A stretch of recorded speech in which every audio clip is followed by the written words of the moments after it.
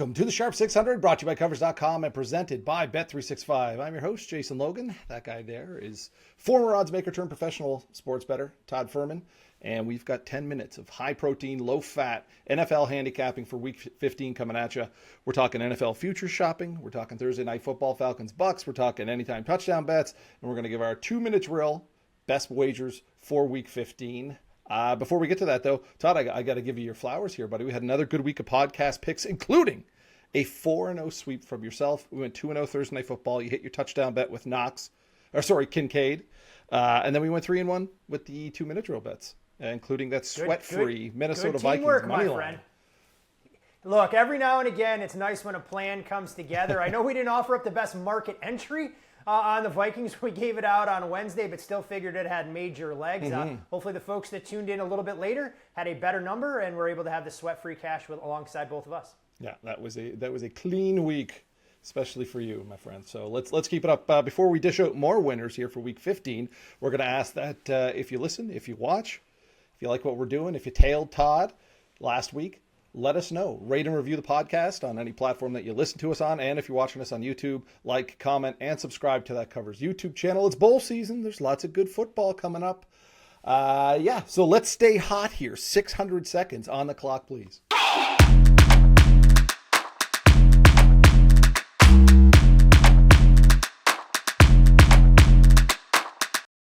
It's holiday shopping season. Todd, how's your holiday shopping coming along? Are you a last-minute guy, or you get this stuff knocked out right away? I mean, look, don't we all wait till the 23rd hour? And for me, who celebrates Hanukkah and Christmas, I can wait till the 23rd hour for both holidays, if my heart desires. But honestly, J-Lo, sometimes I feel like a Grinch this time of year. We're not really a big gift-giving family at this point. So the wife and I, if there's something we want, more often than not, we'll buy it for ourselves. And even when it comes to the family, it's just kind of showing some small appreciation that's there. More that family togetherness above all else, and hoping people don't claw each other's eyes out when we all gather together. That's nice. A lot of coupons for foot rubs and stuff like that. Very good. Yeah, I don't know if I'd go that far, but sure. Sounds great in theory, buddy. All right, well, if we're talking NFL futures, Week 15 is pretty much like going shopping on December 24th. Like, it can be slim pickings. That said, there might be some golden nuggets at the bottom of the bargain bin. So let's look at some last-minute buys, potentially some value shots here in some of these futures markets that aren't absolutely already decided. Let's go AFC Championship. Now, the Bills are the front runners here, but we have Buffalo, Denver, New England, Houston, all between plus 375 and plus 550 at Bet365. That's the front window display, but is there anything good in the back? So here's the interesting part about the AFC right now. You can throw a blanket over all these teams and how they'll power rate, and I can make a legitimate case that a money line rollover for any team that won't be the number one seed is probably going to pay a little bit better than what's currently being offered in the futures market. But this was a team we talked about a few weeks ago, and I thought it was a good time to buy the Houston Texans, not just big picture, but for the division. And I still haven't changed my stance. While I have reservations about what this team can do offensively, game in, game out, the one common denominator is how they perform defensively, and they're going to be a thorn in everyone's side because I think for the first time in a long time, all of the AFC contenders are inherently flawed. Yeah, and I mean, I could even see, like, we have Pittsburgh out there plus 2,000. Pittsburgh's one of those teams that can go and upset. They could go in and upset the apple cart. It's the Steelers they in could the go playoffs. up. Well, at least they're one and done. That's the thing. They'll go in, they'll upset the apple cart, and then the AFC is on its ear, right? Let's talk NFC Championship. This wasn't as wide open a few weeks ago, but we've seen some of these bigger teams stumble. We have LA as the fave, plus 225 at Bet365, but Seattle, Green Bay, Philly, all within that plus 400, plus 550 range. Do we dare to dream? Do we look to the Lions? Do we look to Tampa Bay? God forbid, do we look to the Bears? I will not be looking to the Bears. Okay. I will not be looking to the Lions, but I will stay in the NFC North and look to the Green Bay Packers. Despite my disdain for Matt LaFleur and his desire to allow inferior teams to hang around because he loves to employ this methodical, frustrating pace. But we've seen this Packers defense, even without Devontae Wyatt, continue to raise its level of play. I think Jeff Hafley's able to scheme things up along that defensive line. And offensively, I think this is a group that can hit its stride. Now, you add Jaden Reed back into the mix. We've seen a little bit more balance in the backfield, and Jordan Love and Matt LaFleur always appear to play their best football in December. I know the price is a bit short, but I think at plus 4.25, the only team that really should scare the Green Bay Packers would be those Los Angeles Rams. If the Packers can get a home game, that definitely helps them out too. Let's go offensive rookie of the year. Ted McMillan is the odds-on favorite, minus 150, followed by Jackson Dart, Ibuka, and then Tyler Warren plus 750. I think that one's dead in the water with Phillip Rivers showing up this week. But I believe at some point, all of these guys are at the top of the rookie of the year odds here for offensive rookie of the year market. Anything outside, is it McMillan's to lose? Like we're going to see these guys play each other twice in the next, 4 weeks? Legitimately the worst offensive rookie of the year grouping that we've had in a long, long time. And Ted McMillan has done nothing except catch a pair of touchdowns over the last couple of games, but all of his competition around him has done even less. So Ted will have a big stage here. You mentioned Ibuka. His role in the offense is diminished as they get healthier. The guy that I think still has a chance to come from off the pace would be Travion Henderson. If the Patriots are committed to their rookie running back, knowing the big stage he's going to have this weekend against the Bills, he'll have a Sunday night game against the Ravens team that could be on the outside of the playoffs. That, for me, is the value proposition, right around 20-1 at Bet365. Yeah. Let's go quickly. Coach of the year, Vrabel, the big minus 250 favorite now, but I feel like the next 2 weeks, we're going to see some potential odd shifts here. Pats have the Bills this week. Seahawks have the Rams on Thursday Night Football next week. Mike McDonald plus 600. I don't think he's out of the running here by any means. No, I think this is a lot more wide open than the odds suggest. And I'm going to go even further on the board and take Dave Canales of the Carolina Panthers. They play the Tampa Bay Buccaneers twice down the stretch. If Carolina goes on to win the division, given what we saw from this team offensively early in the year, I think Canales deserves serious consideration, but he will need Vrabel to fall off, and he needs the Bears, in my opinion, to miss the playoffs. All right. NFC South gets this Thursday Night Football game, Falcons at Bucs. Todd, give us a go. What do you like here at Thursday Night Football? I'm going to go under the total in the first half, sitting at 22.5 at Bet365 right now. This is a Bucs offense that's really struggled to find its sea legs. We know Baker Mayfield dealing with a myriad of injuries. We're not sure which pass catchers, or in this case, which running backs may necessarily get the lion's share of the load. And this is a Falcons team on the flip side that is really struggling to find those explosive plays. Yes, Tyler Shuck made them look like they were a terrible defense defending the option last week, but Kirk Cousins' mobility won't factor in. I think this is a cagey game, especially early. And J-Lo, I know you watched that Saints-Bucs game. That turf looked awfully torn up. I'm not sure it's going to be a fast track at Raymond James on Thursday. Short turnaround to heal up for the turf, which doesn't grow as much, and it was rainy.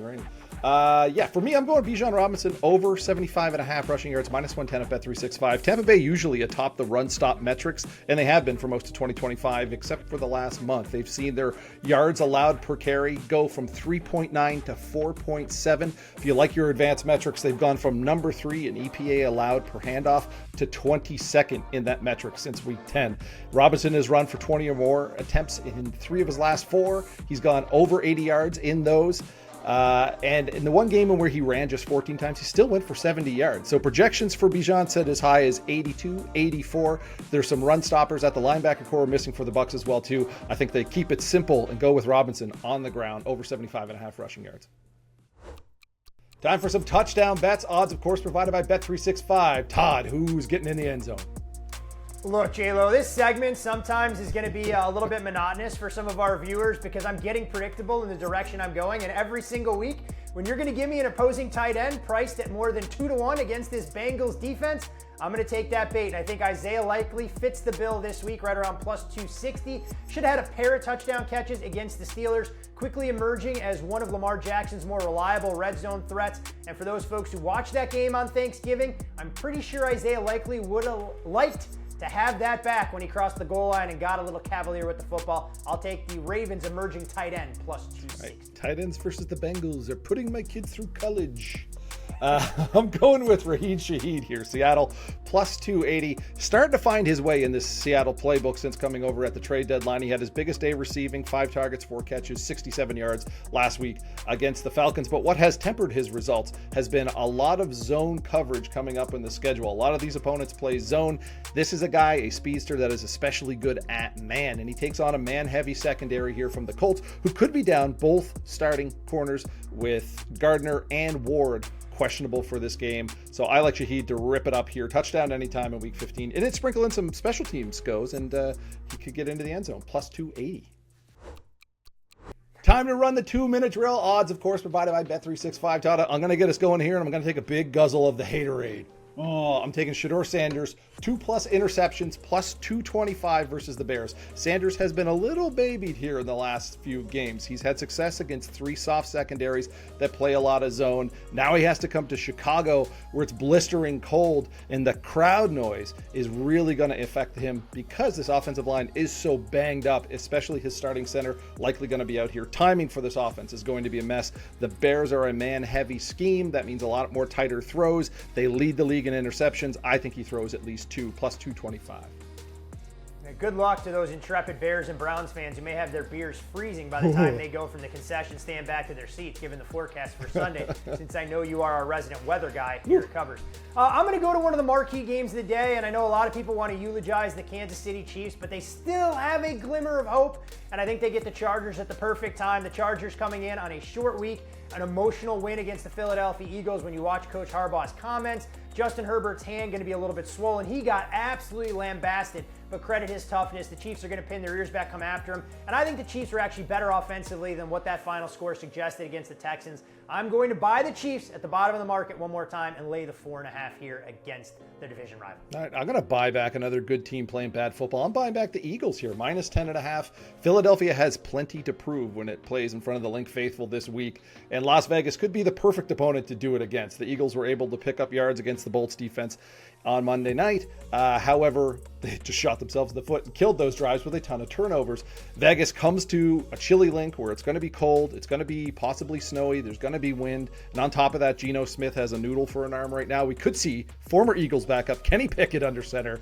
Look ahead line was as big as 13.5 Eagles. I think they are the right side on this. Minus 10.5. Give me the big lane lumber.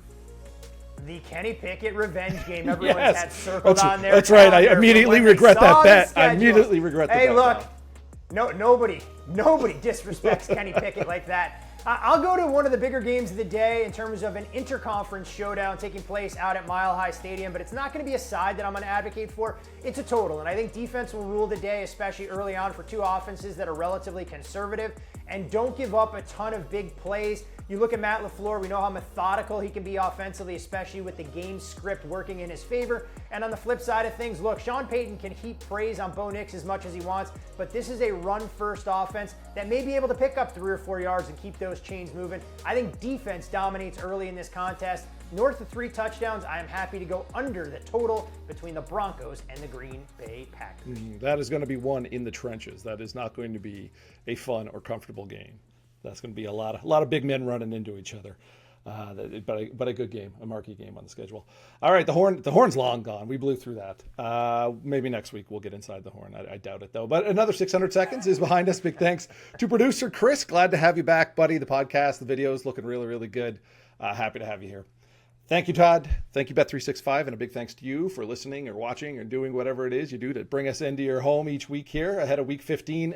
Quick tap on the shoulder. We're going to ask you, rate, review, like, subscribe. Do all the actions. Do the dance. If you like what we're doing, if you won some bets last week, do a little dance. Help us reach more sports bettors, just like yourself. Todd, we talked recently about wind being the most disruptive element, snow, rain, those sort of things.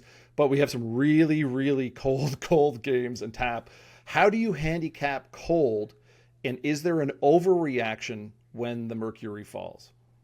I do think there's an overreaction, mainly because it's the defense that slows down a little bit more. It's tougher for those players to come out of their breaks as quickly. Mm-hmm. I know we mention all the time that the offense knows where they're going, and sometimes for teams that find themselves just playing out the string, it hurts a little bit more when a running back is coming downhill against a smaller defensive back to throw your shoulder in there and decide to put yourself in harm's way. So look for teams that are on the outside of the playoff picture that aren't used to playing in these frigid games that are typically some of those go-against. We'll see how the market responds to it. Mm-hmm. And as we saw in Western New York between the Bengals and Bills, yes, the weather didn't look great, but it didn't stop that number from continuing to climb on game day. It was a snover or snow over with footing being at an all-time low. So those are the things you want to look for. And I also want to apologize to some of our listeners if they happen to hear a bit of heavy breathing as we wrap this up. No, that's not me dealing with any respiratory issues. It may be my dog, who apparently you and I, J-Lo, have put to sleep through the best 600 seconds of NFL content he gets each and every week. I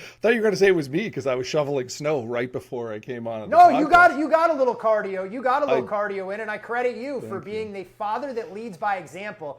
because when my time comes, although we don't have a lot of snow to shovel out here in the desert, you can damn well bet that my kids are going to be out there shoveling 6 inches of snow that could potentially accumulate like my sister and I had to do growing up in the Chicago suburbs. Yeah, builds character. That's why I got these broad shoulders, big snowplow shoulders. That makes me feel even better what you were saying about teams that quit playing in the cold. Las Vegas, Las Vegas. So, that makes me feel better about that Eagles bet. Despite the Kenny Pickett revenge angle, of course. Kenny Pickett revenge angle, it's hard to quantify. That's making me sweat now. All right. We will be back next week for Week 16 on Wednesday. But until then, best of luck with your bets.